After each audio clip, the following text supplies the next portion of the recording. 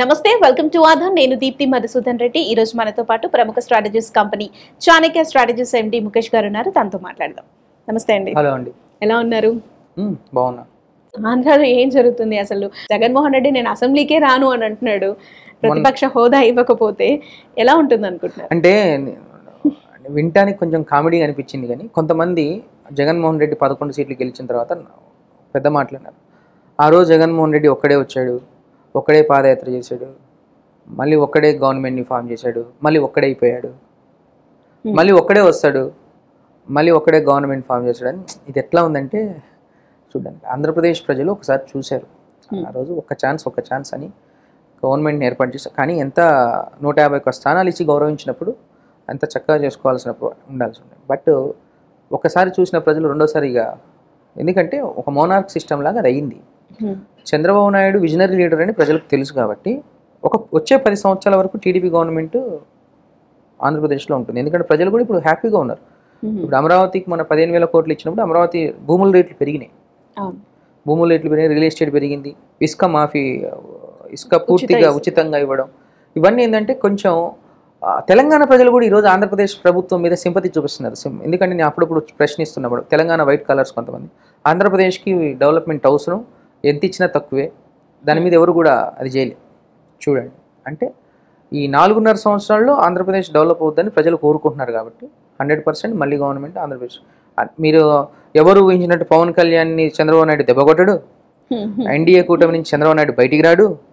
ఆంధ్రప్రదేశ్ పూర్తిగా డెవలప్ అయ్యే వరకు చంద్రబాబు నాయుడు ఆ పొరపాట్లు చేయడం అనేది స్పష్టమైన నిజం. ఓకే, అంటే ప్రతిపక్షం లేకపోయినా కూడా వాళ్ళు సాఫీగా కొనసాగుతారంట. చేసుకుంటారు, ఫస్ట్ డెవలప్మెంట్ చేసుకుంటారు, చేసుకున్న తర్వాత వాళ్ళ ఇష్టం. ఓకే, సో ఈ పథకాల విషయానికి, సంక్షేమ విషయానికి వచ్చేస్తే ఎప్పుడు చంద్రబాబు నాయుడు ఈ విషయంలో మాత్రం ప్రజలు నిజంగా కూడా నమ్మలేదు. మనం కూడా చాలాసార్లు పబ్లిక్లోకి వెళ్ళినప్పుడు మీరు కూడా నాకు చాలాసార్లు పబ్లిక్లో కలిశారు, ఆ సందర్భంలో కూడా మాట్లాడాం.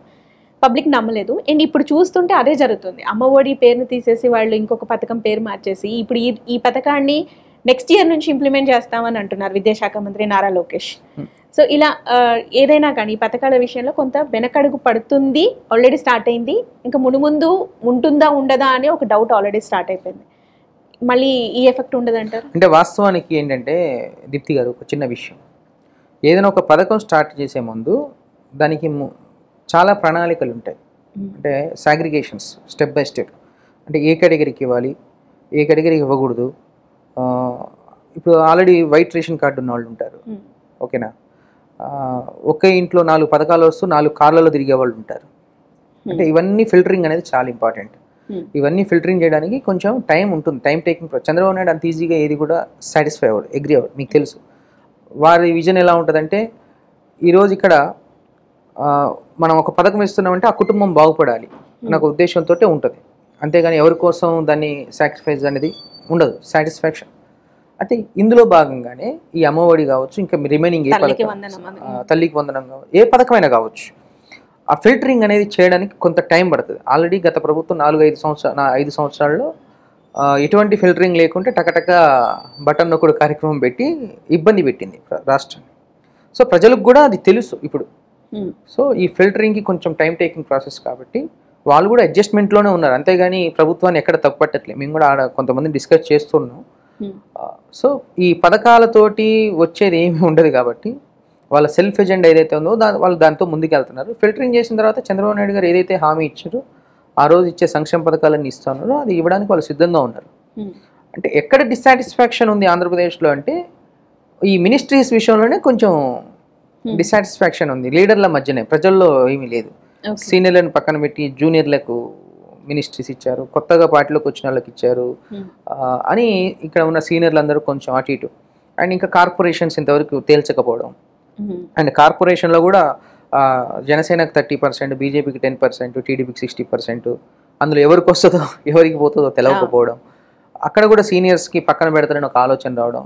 ఇది ఒకవేళ సీనియర్స్ని పక్కన పెట్టి ముందుకెళ్తే 100% అంటే రేపు లోకల్ బాడీ ఎలక్షన్స్లో కొంచెం ఎఫెక్ట్ పడుతుంది క్లియర్గా. సో మీరన్న సంక్షేమ పథకాలు ఇస్తారు, అన్నీ ఇస్తారు, కానీ వాళ్ళు అంటే టీడీపీ మీద వస్తున్న వ్యతిరేకతలో ఏంటంటే ఈ సీనియారిటీ జూనియారిటీ మధ్యలో కొంచెం కాంప్లికేషన్స్ స్టార్ట్ అయినాయి. Okay, right. So finally Jaganmohan Reddy step ఎలా ఉండబోతుంది అనుకుంటున్నారు? కొంతమంది కాంగ్రెస్తో వెళ్తాడు, కాంగ్రెస్ ఆల్రెడీ మొన్న జరిగినటువంటి ఆ ధర్నాలో కూడా అఖిలేష్ యాదవ్ లాంటివి, అంటే INDA కూటమిలో ఉన్న వాళ్ళు వచ్చి ఆయన కలవటం లాంటివి చూస్తుంటే ఆయన కూడా కాంగ్రెస్లో విలీనం అవ్వబోతున్నాడు అని రకరకాల వార్తా కథనాలు వస్తున్నాయి. ఎలా ఉండబోతుంది ఆయన ఫ్యూచర్? వాస్తవానికి మాకు వినిపించిన మాటలు ఏంటంటే, జగన్మోహన్ రెడ్డి రేపు కాంగ్రెస్తో విలీనం అవడానికి డీకే శివకుమార్ని కలిశాడు. ఒకవేళ డీకే శివకుమార్ని కలిసినప్పుడు షర్మిలాని కాంగ్రెస్ పార్టీ నుంచి పక్కన పెడితే నేను కాంగ్రెస్ పార్టీలోకి వస్తాడు, ఈయన మీరిన్ లేదు, ఈయన లేదు, ఎవరిని లేదు, ఇవన్నీ మాటలు. కానీ జగన్మోహన్ రెడ్డి వ్యక్తిత్వం అనేది మనం గత 5 సంవత్సరాల నుంచి చూస్తున్నాం. అతను ఏంటంటే ఎంత యుద్ధమైనా ఒక్కడే చేస్తాడని క్లియర్గా తెలుసు.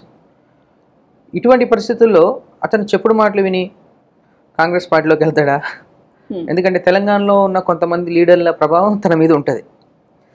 వాళ్ళ సలహాలు విని కాంగ్రెస్లోకి విలీనం అవుతాడా, లేదు మళ్ళీ ఒక్కడే వచ్చి యుద్ధం చేస్తాడా అనేది అతని మీద డిపెండ్ అయి ఉంటుంది. కానీ ప్రస్తుతానికైతే ఎటువంటి నిర్ణయం తీసుకోడు. ప్రభుత్వం మీద పోరాడుతున్నాడు, తన ఎమ్మెల్యేని కాపాడుకుంటున్నాడు. 11 మంది ఎమ్మెల్యేని కాపాడుకుంటూ ఆల్రెడీ తన విజన్ ప్రకారం 4 years షెడ్యూల్ కూడా వేసుకున్నట్టు కూడా కొన్ని తెలుస్తుంది. సో అతను ఎవరి మాట వినడు. బట్ ఎవరి మాట వినడు అంటూనే చుట్టూ ఉన్న 4 పిల్లర్ల మాట విని ఈరోజు అంటే వాస్తవానికి అక్కడ 4 పిల్లల మాట విన్నాడు అనడం కన్నా 4 పిల్లలని తన కంట్రోల్లో పెట్టుకున్నాడు అనేది ఇంపార్టెంట్ అక్కడ. అంటే ఇతను చెప్పింది అతను చెప్పాలి, వాళ్ళు చెప్పాలి మీకు. సో ఆయన సింగిల్ గానే వెళ్తాడు. ఒకవేళ కాంగ్రెస్లో విలీనం చేస్తే సేమ్ ఇక్కడ BRS పార్టీ పరిస్థితి అవుతుంది. రైట్. థ్యాంక్ యూ అండి. Thank you so much. Okay.